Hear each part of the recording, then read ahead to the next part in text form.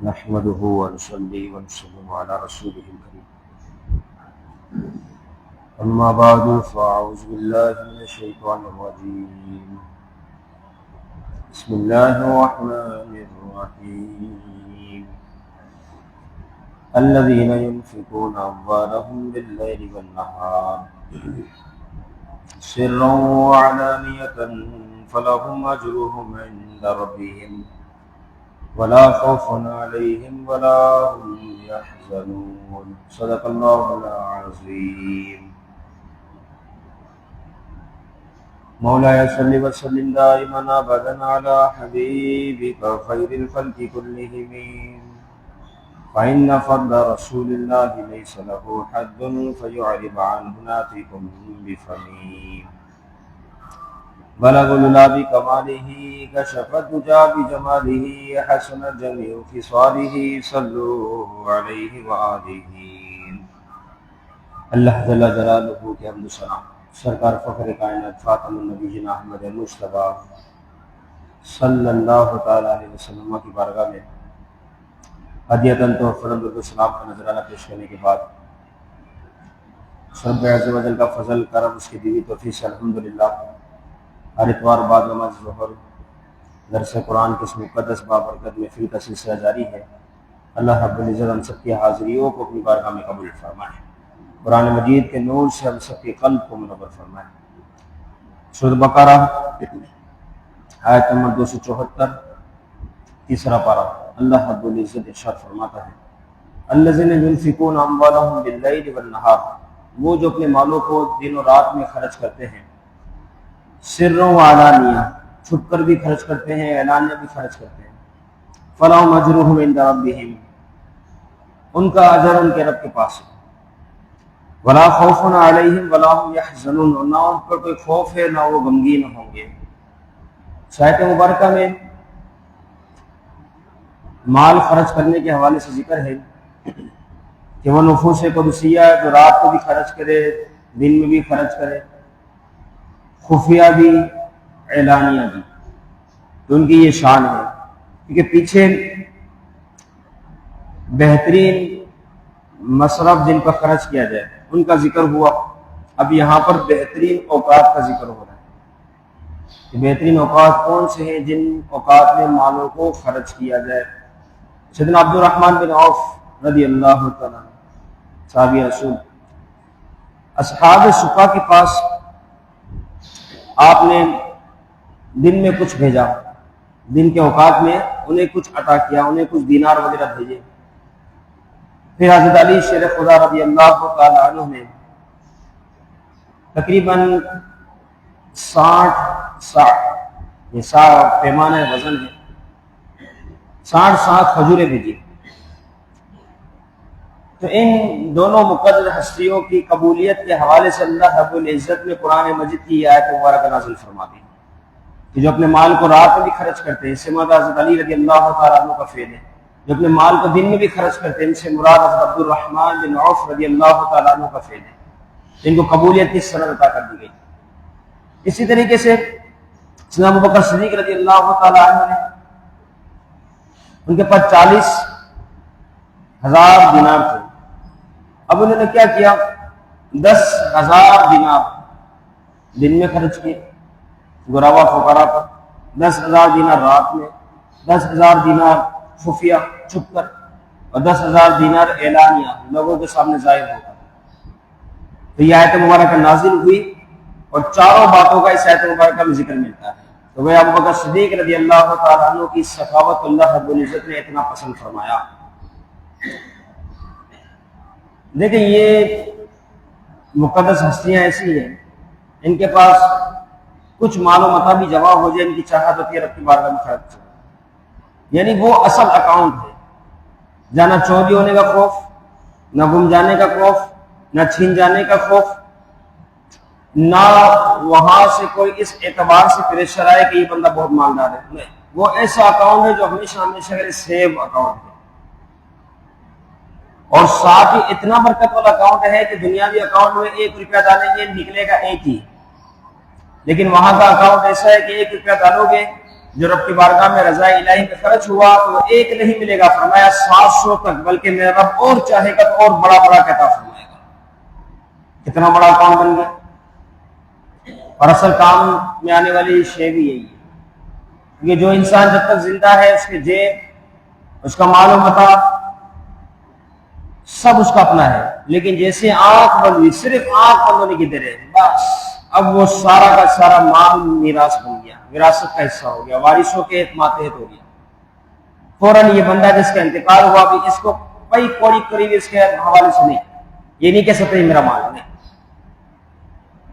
اسی وجہ سے اگرچہ اس کا مال ہے لیکن اس کے باوجود بھی یہ سارے مال کی وصیت نہیں کر سکتا، اگر کی بھی ہوئی ہو تو نافذ نہیں ہوگی۔ اگر اپنے مال میں تو بندہ وصیت کر جائے تو نافذ ہونی چاہیے، لیکن فرمایا نہیں، تہائی مال میں اس کی وصیت نافذ ہو سکتی ہے، وہ بھی ورثہ کے لیے نہ ہو۔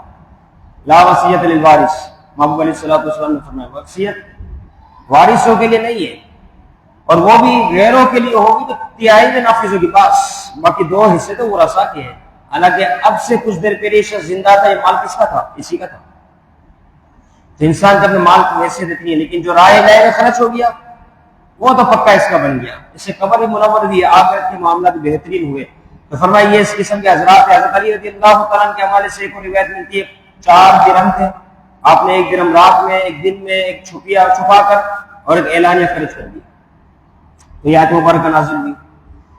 اب ينفقون، وہ جو مالوں خرچ کرتے ہیں، اس سے مراد اگر نفلی صدقات کیے جائے تو مراد یہ ہوگا کہ صدقات جو تم پر واجبات ہیں، صدقات تم پر جو فرائض میں ہیں، انہیں تو تم ادا کرو ہی کرو، ساتھ میں نفلی صدقات کا بھی اہتمام کرو۔ تو ہم میں بہت بڑی تعداد ایسی ہے جو زکوٰۃ ادا کرتی ہے کہ فرض ہے، کوئی چیز واجب ہو جائے اس کو ادا کرتی ہے، یہ واجب ہے، لیکن نفلی صدقات سے بہت دور ہے، الامان و نفیس۔ وہ سمجھتی ہے کہ یہ دینے کی کوئی حاجت ہی نہیں، حالانکہ نفلی صدقات وہ ہے جس سے بندہ رب کا قرب حاصل کرتا ہے، نفلی عبادت وہ ہے جس سے بندہ رب کے قریب ہو جاتا ہے۔ تو فرمایا ينفقون سے مراد اگر نفلی صدقات ہو تو اس سے مراد یہی ہے کہ فرائض واجبہ کے ساتھ ساتھ نفلی صدقات بھی دیتے رہو، جس کی جو طاقت ہے اس کے مطابق۔ اور اگر اس سے فرائض مراد ہو، وہ جو خرچ کرتے مراد زکوٰۃ، تو اب یہ صبح شام دن رات میں خرچ کرنے سے کیا مراد ہوگی، خفیہ اعلانیہ سے کیا مراد ہوگی؟ فرمایا اب زکوٰۃ جو فرائض ہے اسے جب وہ خرچ کر رہا ہے تو اس کا طریقہ یہ ہوگا کہ وہ بندہ جو زکوٰۃ ادا کر رہا ہے تو سال کی ابتدا سے زکوٰۃ ادا کرنا شروع کر دے۔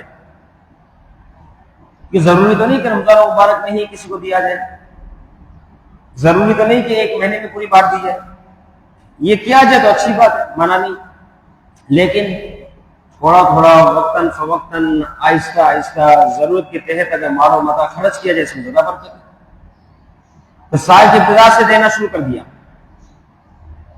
دیتا رہا، اب سال کے اختتام تک پہنچ گیا، اب جو دیا ہوا تھا سب لکھا ہوا ہے، اور جو اس کے پاس پروفٹ ہے، جو اس کا مال و متاع ہے جس کے پاس موجود ہے، اب اس میں دیکھیں زکوٰۃ کتنی بنتی ہے۔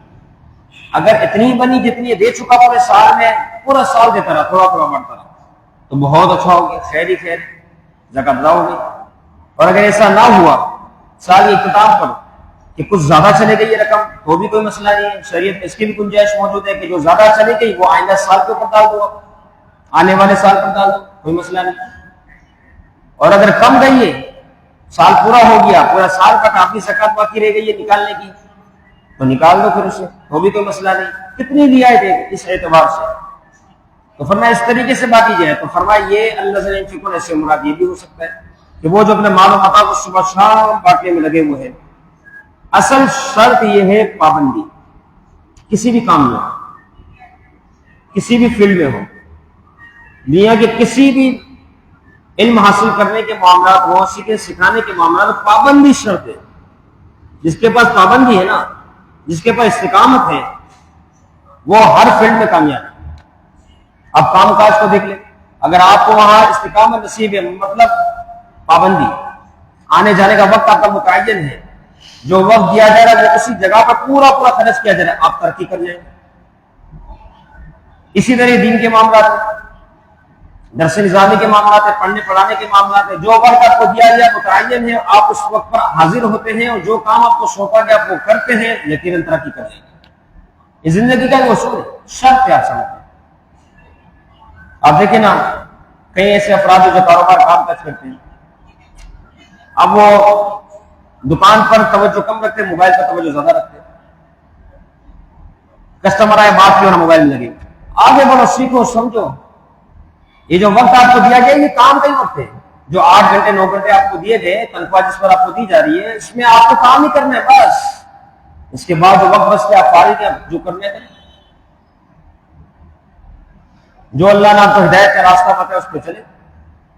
لیکن یہ جو وقت ہے نا، جس جگہ کا وہ اسکول ہے، ٹیوشن ہے، مدرسہ ہے، درس نظامی ہے، دینی درسگاہ ہے، جو جہاں ہے ملنا ہے، وہاں اس جگہ پر جو وقت جہاں کے متعین اس کو اس پہ خرچ کریں۔ آپ دیکھیں ترقی ہوگی، آگے بڑھے گا بچہ۔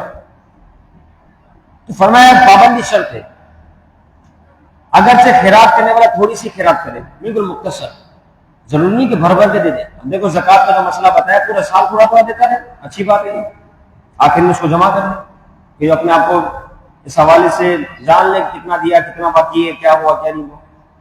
کیونکہ محمد علیہ الصلوۃ والسلام نے فرمایا احب الاعمال الی اللہ ادومها وان قل، او کما قال النبی صلی اللہ علیہ وسلم۔ فرمایا اللہ رب العزت کے یہاں، اب میں نے خرچ کیا، آپ نے خرچ کیا، لوگ خرچ کرتے کس کے لیے؟ میرا رب راضی ہو جائے۔ ہر ایک کی تمنا یہی ہے، رب راضی ہو جائے بس۔ تو فرمایا اب سنو رب کو کیا پسند ہے، احب الاعمال الی اللہ ادومها، فرمایا میرے رب کو وہ عمل پسند ہے جو ہمیشہ ہو، جو ہمیشہ ہمیشہ وہ پسند ہے۔ فرمایا ہمیشہ ہو، بندے کی جیب بھی تو طاقت دیتی ہے، بندے کا جسم اور اس کا وجود، اس کی صحت اور قوت بھی تو طاقت دے کہ بندہ ہمیشہ یہ کام کرتا ہے۔ فرمایا کوئی مسئلہ نہیں، وَإِن قَلَّ، فرمایا اگرچہ تھوڑا ہو، مثال کے طور پہ ایک دن 1000 رکعت بندہ پڑھ لے، اگلے دن 1 رکعت بھی نہ پڑھے، فرمایا رب کو پسند نہیں۔ رب کو کیا پسند ہے؟ ادوا وہ ہمیشہ ہو۔ ہمیشہ کس طرح ہوگی؟ فرمایا آج بھی 2 پڑھ، کل بھی 2 پڑھ، زندگی بھر 2 رکعت نفل پڑھتا رہے۔ اب اس کا فائدہ یہ ہوگا کہ روز تجھے 2 رکعت پڑھتا جا رہا ہے، یہ استقامت کے ساتھ سلسلہ چل رہا ہے، تو فرمایا ادومها، اب تو ہمیشہ ہمیشہ پڑھنے والا ہو گیا، اور رب کو یہی عمل پسند ہے۔ لہٰذا ہماری چاہت کوشش یہی ہو کہ ہم وہ کام کریں جس میں میرا رب راضی ہو جائے۔ اسی طرح سخاوت کا معاملہ ہے، اب روز کچھ دیتے رہے۔ ایک ہی دن میں 10,000 بار دی اچھی بات ہے، لیکن اگر روز دیتے 200 400 500 نکال کے، تو یہ روز ادومها والا سلسلہ ہوتا، جس کی برکتیں زیادہ نصیب ہوتی ہے۔ کیونکہ رب کے یہاں کم ہو یا زیادہ ہو، اصل اخلاص دیکھا جاتا ہے، بندے کی نیت کیا ہے، اصل اس چیز کو دیکھا جاتا ہے، جس کی اخلاص ہو، جس کی نیت ہو۔ ملفوظات اعلیٰ حضرت رحمہ اللہ میں ایک شاندار واقعہ سوالے سے ملتا ہے، بڑا مزیدار دلچسپ واقعہ۔ سلطان الاولیاء، یہ سلطان الاولیاء محبوب الہی بداوی رحمہ اللہ، بہت بڑے اللہ رب العزت کے مقرب بندے، ولی گزرے، جن کا ذکر خود میرے امام اعلیٰ حضرت امام احمد رضا خان فاضل بریلوی رحمۃ اللہ تعالی علیہ نے اپنے ملفوظات میں فرمایا، جسے تفسیر النعیم میں بھی لکھا گیا۔ اتنی بڑی ہستی، حوالہ میں نے اس لیے پیش کیا، بات کچھ آگے عجیب سی ہے نا، تاکہ حوالہ ہوگا تو پھر بات بندہ سوچے گا کہ یار اتنے بڑے شخص نے جب اسے لکھا ہے تو لازمی بات تو بہت بڑی ہے، اور بات یقین والی بھی ہے۔ فرماتے ہیں کہ آپ کا ایک مرید تھا، خاص مرید، اب مرید خاص ہے، آپ نے فرمایا کہ یہ جو دہلی کے کنارے پر جمنا ہے، دریائے جمنا، اس کو تو پار کر اس کے کنارے پر دوسری طرف، وہاں جب تو جائے گا جمنا پار کر کے، وقت کا ایک کتب تشریف فرما ہے، وقت کا کتب، اسے یہ کھیر کہنا کہ میں نے بھیجی ہے، اسے تناول فرما دیں، اسے کھیر کھلا دینا۔ اب یہاں سلطان الاولیاء محبوب الہی بداوی رحمہ اللہ، اور وہاں وقت کا کتب موجود ہے، لیکن درمیان میں کیا ہے؟ دریا جمنا۔ مرید پریشان ہوا، حضور دریا جمنا ہے، تیز لے رہے ہیں، بڑا جوش مار رہا ہے، کشتی کا انتظام نہیں، فقیر اس کو پار کیسے کرے؟ فرمایا اچھا کوئی مسئلہ ہی نہیں، کنارے پہ پہنچنا، وہاں جا کے کہنا کہ میں اس کی طرف سے آیا ہوں جو آج تک کبھی کسی عورت کے قریب گیا ہی نہیں، اس کو کہنا بس تیرا یہ کام ہے، جا۔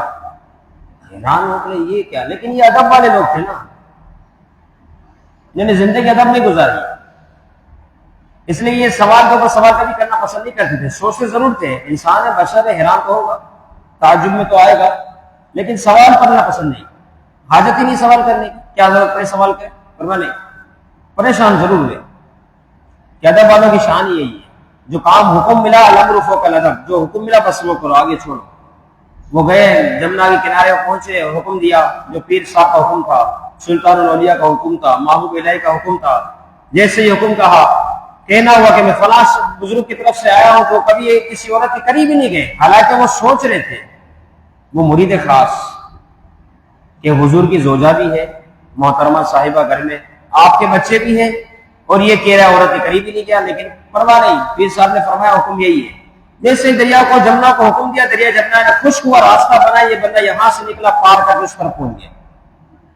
دیکھ اللہ والوں کی شان، جو نہ مانے اس کے لیے کچھ بھی نہیں، جو مانے تو میرا رب بڑی بڑی نشانیوں کو ظاہر فرماتا ہے۔ عقل والوں کے لیے لعلکم تتفکرون، تاکہ تم غور و فکر کرو، لعلکم تعقلون، تاکہ تم سمجھو کہ اللہ والے ہیں، کیا حکم فرما رہے، کسی اور کے ذریعے حکم وکیل بنا کے بھیجا، اس کا حکم بھی کتنا قابل قبول ہے۔ اب وہاں پہنچ گئے، بڑے حیران ہوئے، یہ کیا بات ہوئی، دریا نے میرا راستہ میں یہاں پہنچ بھی گیا، سبحان اللہ۔ وقت کتب تشریف فرمائے، انہیں کھیر پیش کی، انہوں نے کھیر تناول فرمائی۔ اب دوبارہ یہ شخص سوچنے لگا کہ آ تو گیا ہوں، جانے کے لیے وہی کسی تو ہے نہیں، پہنچوں گا کیسے وہاں پر، اتنا بڑا دریا پار کون کرے گا، اب کیا کریں۔ اب یہ سوچئے تو بزرگ فرماتے ہیں کہ جہاں اس دریا جمنا کو کہہ دینا، میں اس شخص کی طرف سے آیا ہوں جس نے کبھی کچھ کھایا ہی نہیں۔ یہ بندہ اور پریشان ہو گیا، میرے سامنے بھی کھیر کھائی ہے، بزرگ فرما رہے میرے کو کھایا ہی نہیں، اب تو بہت زیادہ ہی حیرانی میں ڈوب گئے، لیکن حکم تھا، یہاں سے نکل کے وہاں پہنچنا بھی تھا، خیر چلو کوئی بات، سوال کرنے کی ہماری عادت نہیں، ادب یہی کہتا ہے اپنے بارے میں سوچ سکتے ہیں، سوچتے رہے۔